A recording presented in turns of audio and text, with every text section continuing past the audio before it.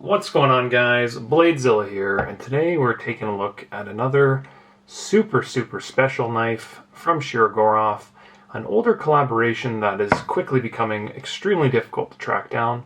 This is the Mini Cannabis in copper on the Backspacer. Now, if you will have noted, I have done a video on another version of this knife, maybe, I don't know, 2-3 months ago, and it was the Zirconium Backspacer. So I wanted to do a quick video on the copper variant and talk about it, and more than anything, show off a cool blade that's currently in a lot of demand and hard to find. There's only a deck of cards worth of all these guys. So as well, reminder, let's get started here.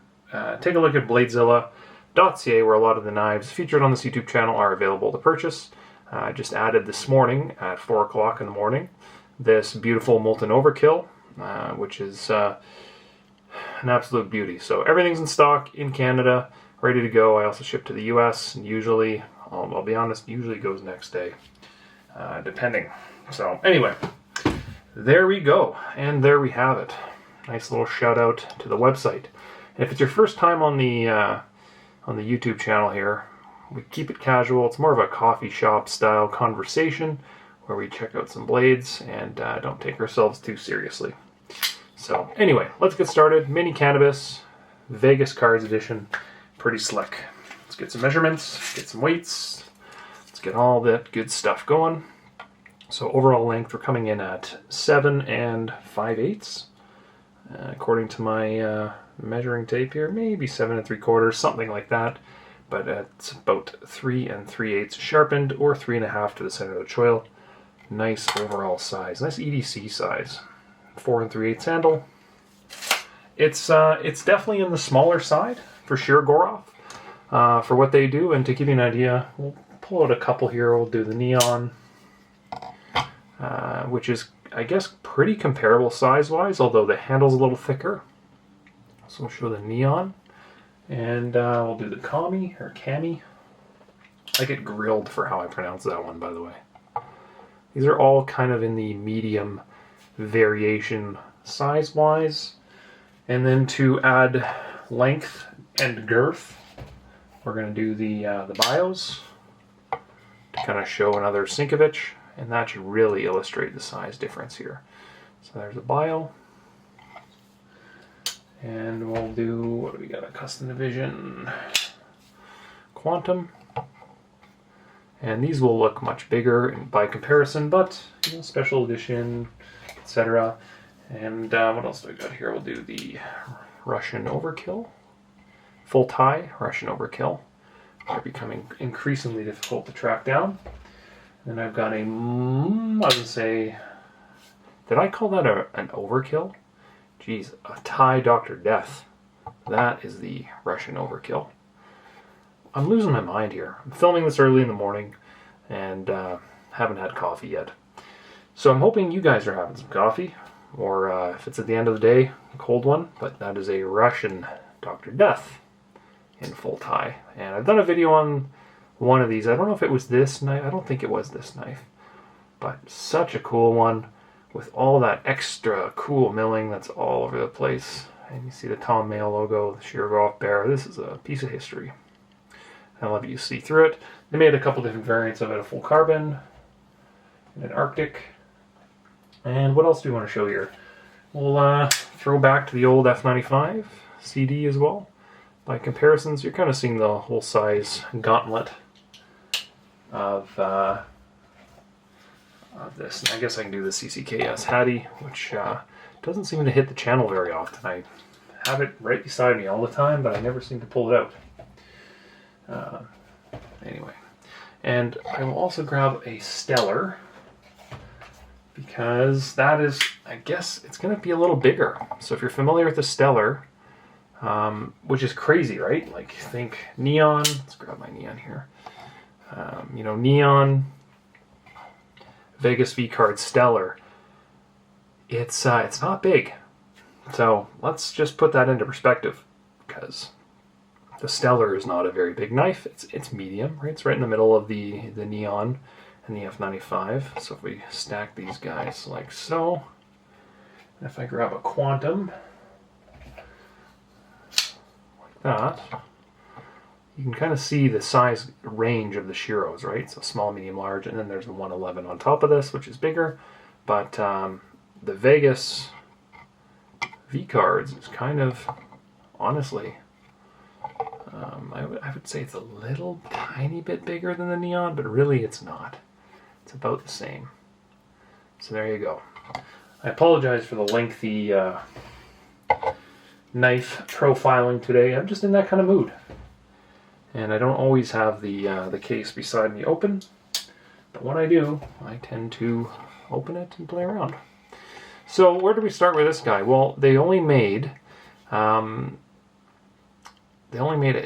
is it, 52 or 54? I don't know the number. It's the same number of playing cards that are in a deck.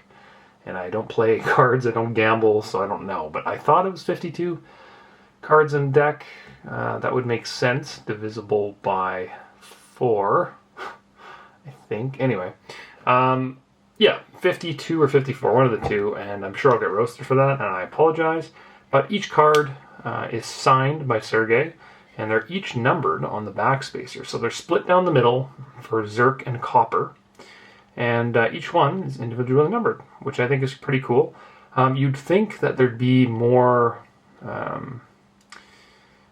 desire for the lower numbers in this series, but I don't know if that's actually the case, because everyone has a lucky card, a lucky number, and traditionally, you know, top 3 knife serials or top 10 are typically more desirable, but I can't see anyone wanting like a 7 in this, and you know, Ace, King, Queen, Jack, those are going to be the ones I imagine are going to be the more desirable.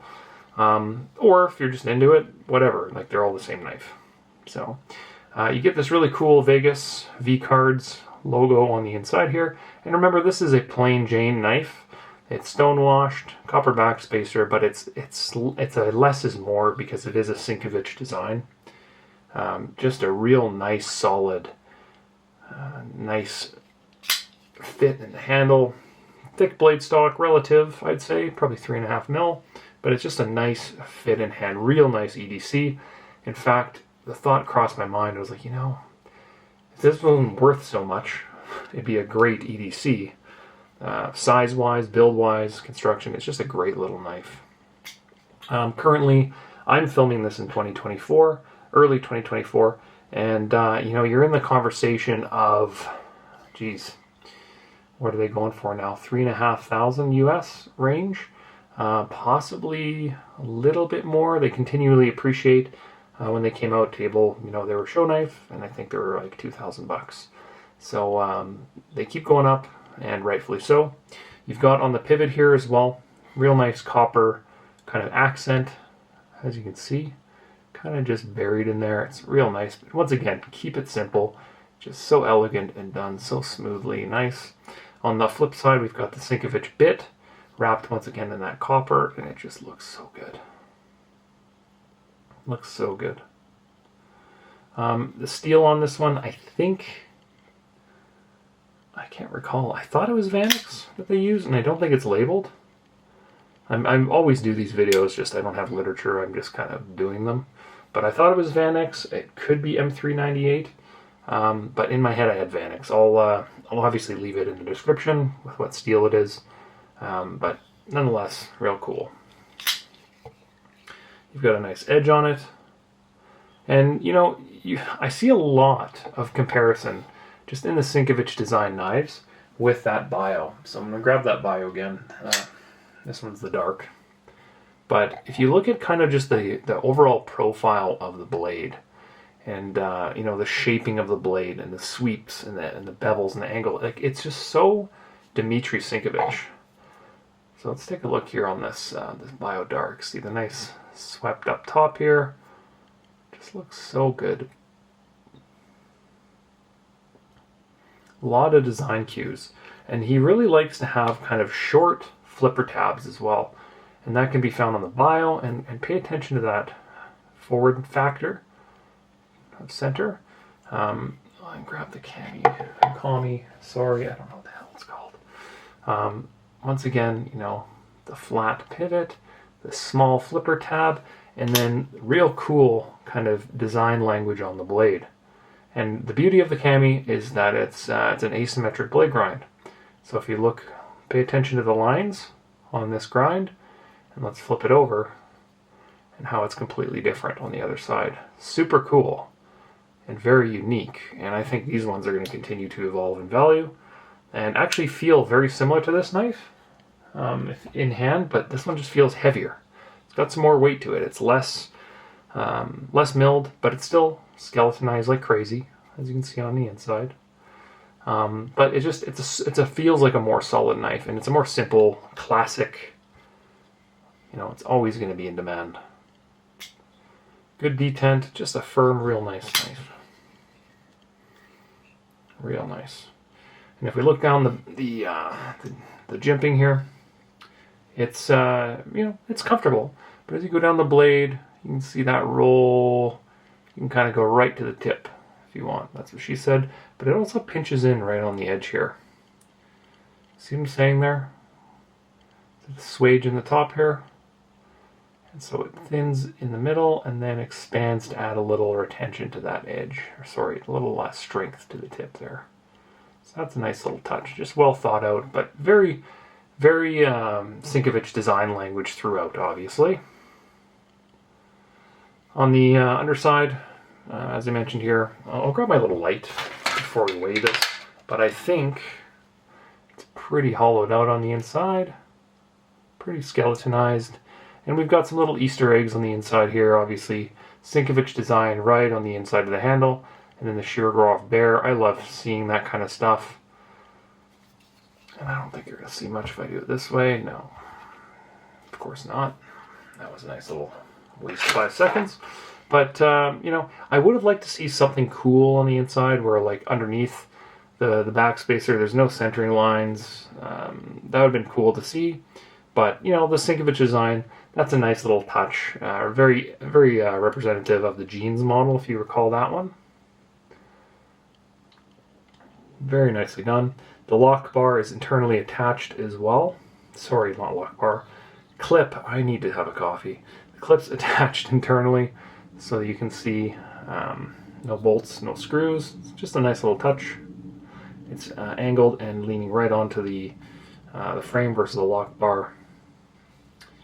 And then as we look down at the actual locking mechanism here, we've got a metal lock bar insert, and we have an over travel stop that hangs down like the root of a tooth, and that's to prevent the factory bend in the lock bar from kind of going past and taking that bend out. We've got nice beveling here as well around, and just really comfortable. Really, really comfortable. It is not raised, and I will show what the heck I'm talking about here when I say it's not raised. I'll grab that blue Shiro. So if I look at this, look at the lock bar and how it's from the side right here. See how it sticks up from the other side. Okay, see as I roll that, see how it sticks up? That's so your thumb can find it, and it's just that nice bevel. It's easy to find, and it's just comfortable. These guys, they do the dual bevel. So it's not raised, but it is quite comfortable and easy to access. The angled lines of the Sinkevich, as you can see down the spine and the back, very angled, almost kind of like a Batman bat, right? The sides all beveled around. It's just a real nice design. And then you feel locked in because that flipper tab, and then that little curve on the back of the handle, you just feel real locked into this one, especially compared to the Bio. Now, what I would like to see is, I've never had it, a full-size cannabis, or just a cannabis. I've yet to see that one, and I'd really like to. So we'll see if that one comes down at some point. There's about, I think, 3 or 4 different versions of the full-size cannabis. And, yeah, they're floating around. We'll grab one at some point here. We've got a real nice, as well, lanyard hole, which is just tastefully done. You can kind of see as well, you peek inside and you see that Copper Backspacer. It's just hidden in there nicely, obviously. Just nicely drilled, but nothing too crazy. Perfectly center, nice tolerances, well-made knife. Now, what would I do to change this one? If I were to change it, if I was making a knife design, which clearly no one cares about, Well, I'm thinking that this knife in 2024, because this guy's fairly old, not super old, but it's a few designs ago. They would probably just tighten up all the tolerances. It seems to be with the Astroms, with the CDXs, with all the new knives that are either out or coming up here. They're just tightening all the tolerances up. So as they make these, that blade stock from, I'm guessing 3.5 mil, they'd probably make it 3 mil, or if it's 3, whatever it is, 4 mil. They just seem to be tightening all of their stuff up, which is, in theory, great. But when you have tolerances such as this, super even around the backspacer, you lose a mil there, and all around it just gets much harder to design those tolerances into a knife. I love how Sinkevich does the longer backspacer. That's something that I love about his designs. I really, really do. They have a little bit up top, but he tends to run like 3/4 or 2/3 at least of the full length of the knife. So it's design language like that I really appreciate. Sure, you've got Torx in the back here, which is a little counterintuitive now that you have the Sinkevich pivot, and I think on the bios they didn't even do that, right? So they went kind of opposite, right? So they attached the clip externally instead of internally. Sinkevich bit on the pivot, and then Torx, I think. Yeah, Torx on the lock bar insert. So that's cool. Love the bios, by the way. Great knife. Just love Sinkevich's his work. It's so good. On the front side, obviously, you get the blanks, the dual blanks, and that's, show side. That's what they do. It's super, super trendy and popular, just to keep it plain. And it's just done well. When a simple design is done really well, it's tough to beat. The action on this is on multi-row bearings, and I can't recall which side they've written that on, but we'll take a look with my big light here. I should say MRBS. Somewhere, or is it hidden? There we go, MRBS, just on the inside there, right in front of my finger, before the light freaks out. You should be able to see it in there. And I believe this is the Mickey Mouse style MRBS as well. So there's more, or the layout is a little bit different than standard MRBS.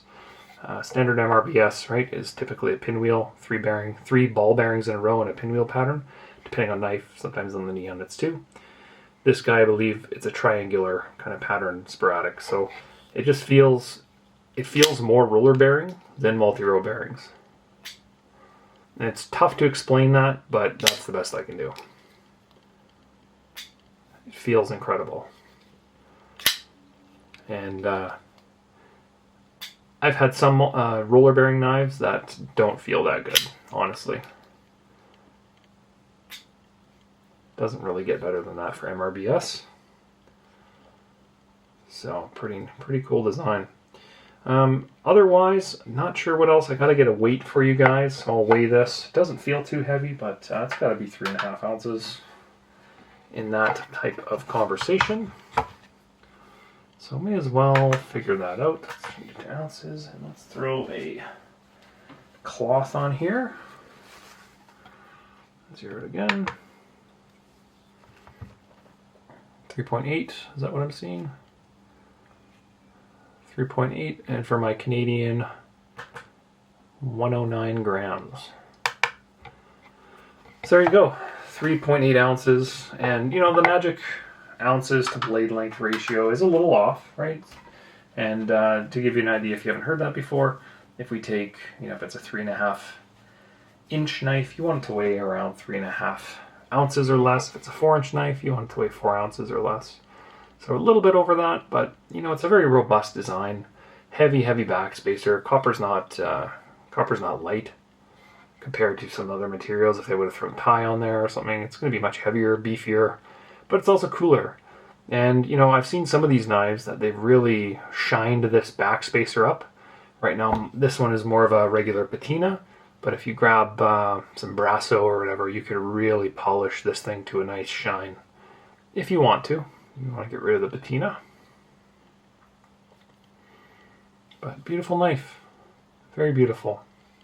Highly collectible piece, and this one's been kicking around a little while, and I figured, hey, let's do a video on it, because I did do the Zerk version, which I did, I believe.